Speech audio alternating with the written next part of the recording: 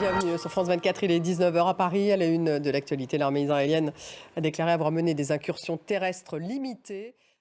L'armée israélienne a déclaré avoir mené des incursions terrestres limitées la nuit dernière à Gaza pour tuer des militants armés dans les zones où se concentre le Hamas, a-t-elle dit. Les avions de guerre israéliens ont aussi frappé donc 2 aéroports en Syrie et une mosquée en Cisjordanie qui auraient été utilisés par des combattants du Hamas. L'offensive terrestre approche, mais elle n'est toujours pas là. Pourquoi? Élément de réponse avec Ludovic Defoucault.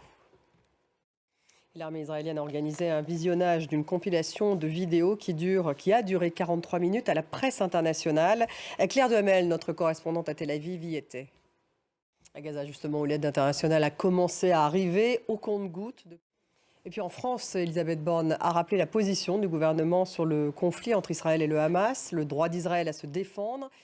L'actualité politique en Argentine, avec un ministre de l'économie centriste, Sergio Massa, et un ultra-libéral anti-système qui veut tronçonner l'État, Javier Milei, qui vont s'affronter donc le 19 novembre prochain pour le second tour de l'élection présidentielle. C'est véritablement un duel entre deux visions antagoniques du pays. Thibaut Franquet.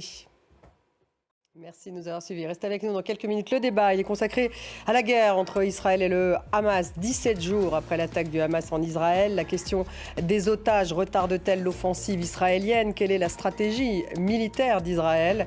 Quelle est la situation à Gaza? Quels sont les risques d'une guerre au sud du Liban? Que peut-on attendre de la visite d'Emmanuel Macron, le président français qui se rend à Tel Aviv demain?